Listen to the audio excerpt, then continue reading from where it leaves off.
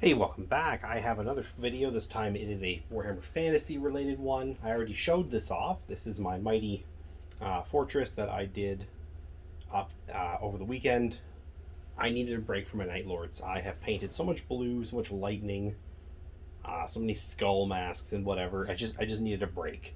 I have about 15 infantry for them that I'm right in the middle of. And they're almost done, but I just lost motivation. I hadn't touched them in close to a week and decided that, okay, I just need to do something else. I'm bored of this. I don't want to start working on another army or anything, although I do have some stuff I could be doing for my vampires, because they're also very much done, other than one or two units that are also like half done. Same thing happened. I just got bored and sort of said, I'll do it later. And this is what I should have done. I should have grabbed a piece of terrain, because this is sort of something that benefits all my armies and has a lot less, detail work, a lot less planning, because you sort of know what you want your terrain to look like based on what it is, or based on the other terrain you're doing. And especially with this older stuff, this is from around 2000, it just doesn't have a lot of details like our newer stuff does. So the speed of which I was able to do this was really nice, even though it's quite a large piece. In total, there are 8 pieces or sections to this. Need a drink, sorry. And that's 4 towers, 3 walls, and a gate section. Now, this is missing its gates. I only currently have one that I know of.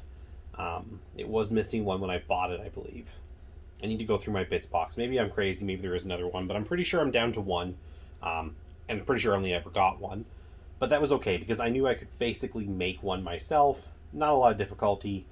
And I might make it more playable. Right now, the way it works is that they are on some, really bad plastic hinges when they're in there, and you sort of just close them. The battering ram hits, the battering ram does its in-game thing, and then you just open the doors. It's not like the models can fit through. I do think what I want to do is create a door that's one piece, just to create the 2-door effect, and then a second one that's a copy, except it's broken and shattered, and I can just lay that down in the back.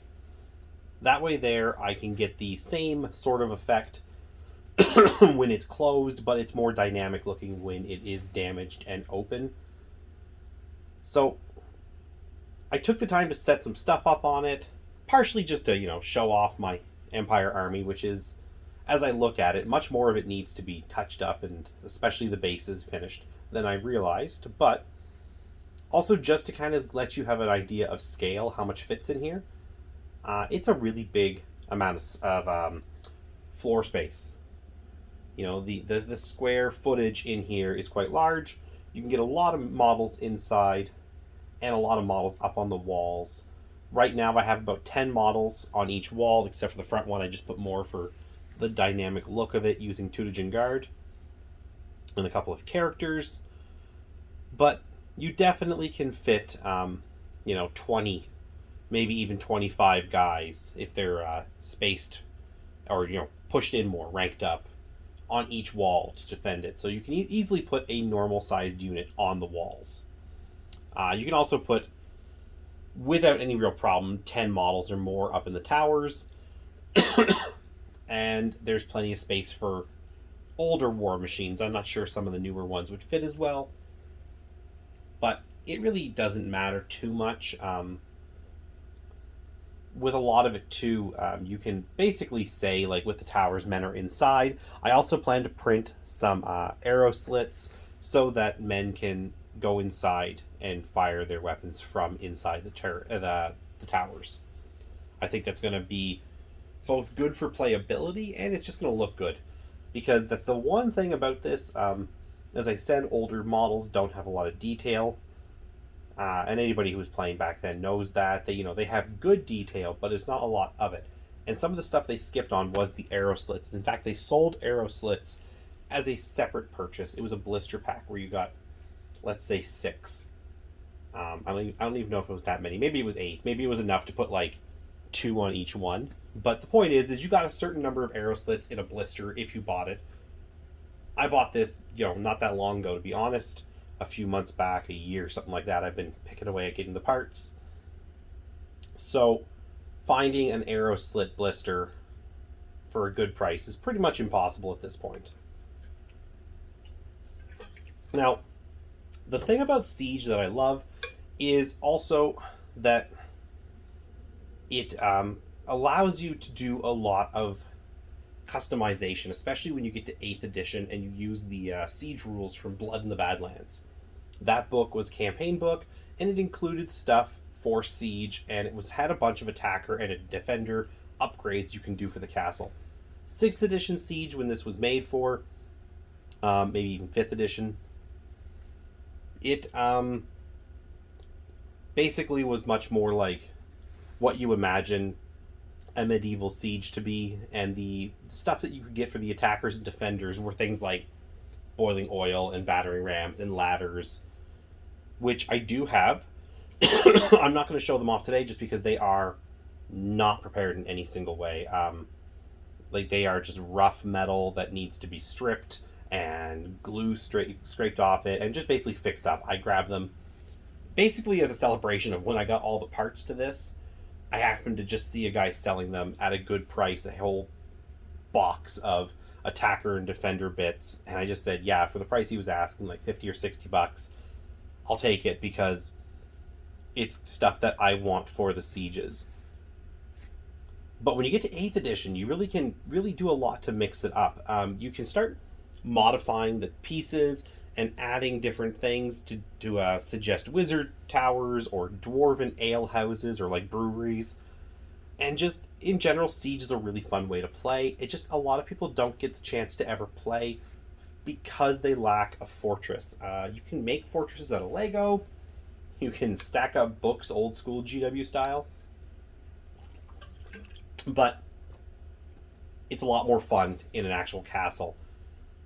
And I do have another castle. It was made by a company called Simba. They're like a German toy company. It's like this modular castle for, I don't know, they're fairly large action figure knights and stuff. And it's not bad. It actually works really well, but it's still fairly childish. It's like bright, clean plastic. And they are very thin pieces. They're not really designed for Warhammer. And I would have to do a lot of work to make it, functional. And on top of that, my children have stolen it, and it's now their castle that they play with. So getting it back to do the stuff I would need to do at their young age is just going to lead to them being very upset with me. So I just said, screw it, I'm going to grab my own castle. And I wanted this one. I've wanted it for many years when I was young and wanted it, and it was available. It just financially was out of reach. I couldn't, scrape together $100 or whatever it was, $50, $150 to buy one when I had models I needed to buy, because I still needed to buy my armies back then. So, it slipped out of my grasp. It disappeared off shelves, and only recently was able to sort of get all the parts together for a relatively decent price. So anyways, I'm going to just actually pause this, and I am going to move the camera so that we can start looking at different angles. So just 1 second. All right, there we go. So, as you can see, lots of space from this angle too. Each of these is, I think, around 10 inches. And then these are about 6 inches.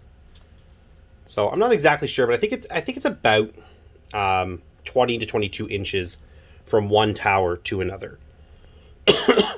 And there's lots of room on these ledges for your models, and it leaves plenty of room in the courtyard.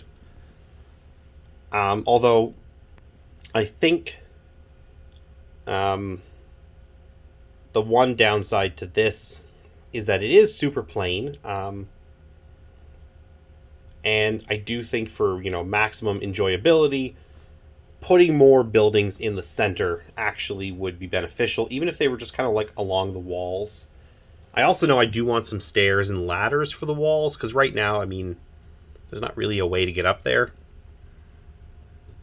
I might even print out some flat doors to put on the walls to suggest that they go inside to get into the towers, and that's how they get up there, but we'll see. Oh, just one sec. Sorry about that. My wife was trying to figure out why I wasn't answering my phone and decided to use the Amazon-based product whose name I will not say so that she doesn't talk, to get a hold of me, so I had to like pause this and go deal with that. So sorry about any jarring jump there. Anyways, where was I? Yeah, I think the interior needs some work, just to kind of make it a little nicer looking. But for just pure game purposes, this is great. You really can put a full army inside, although I forget how Blood in the Badlands version works, but in 6th edition you tended to have half the points as the defender, seeing as you had the benefit of the walls and towers. But even still, putting 2,000 points in here really wouldn't be that difficult in most cases. So yeah, this is just a really cool terrain piece, and I really like it.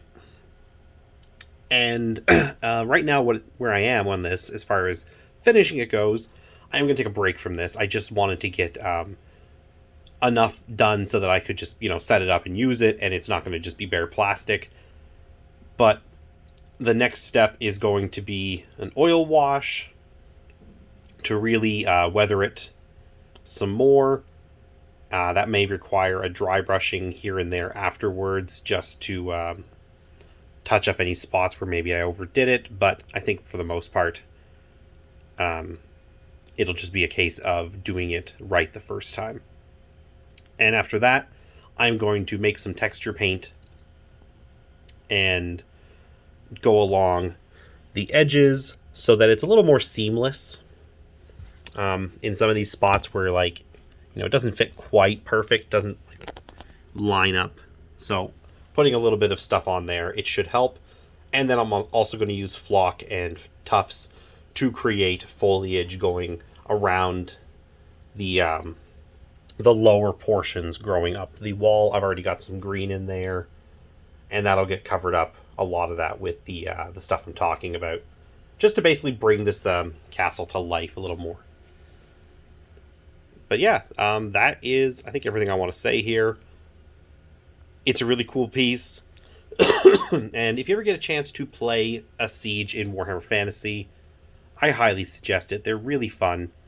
You can do a lot of cool stuff with it. And also, just one thing too, the rules were never set 100% that you have to do it this way, in the square formation. A really fun way to do siege is to actually stretch it across the entire table, and I am pretty sure this would stretch across a 6-foot table without any real problems. It might be off by ever so slightly a little bit, but I don't think so. And yeah, then you can actually have very large sieges and get into the many thousands of points, multiple armies type thing, which can be really fun for narrative gameplay. Having Empire and Dwarves, say, holding out against a large Waaagh, or, a big Chaos incursion, something like that. Or, another Undead Rising. So yeah, anyways, thanks for watching. If you have any thoughts or comments, leave them down below. And I will be doing some more Night Lord stuff, so keep an eye out for that. And if you enjoy the video, just, let me know and give me a like. Yeah, thanks very much. Have a great day.